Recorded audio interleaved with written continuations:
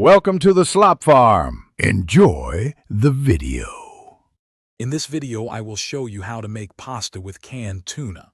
First, gather your ingredients. You'll need about 8 ounces of your preferred pasta, 2 cans of quality tuna, and 2 tablespoons of good olive oil.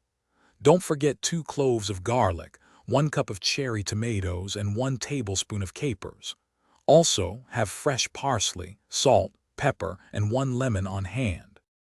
Next, cook your pasta according to package directions until it's perfectly al dente.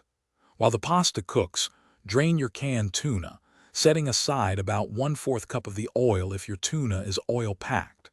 In a large skillet, heat 2 tablespoons of olive oil over medium heat. Add 2 minced garlic cloves and sauté them gently for about 1 minute until fragrant.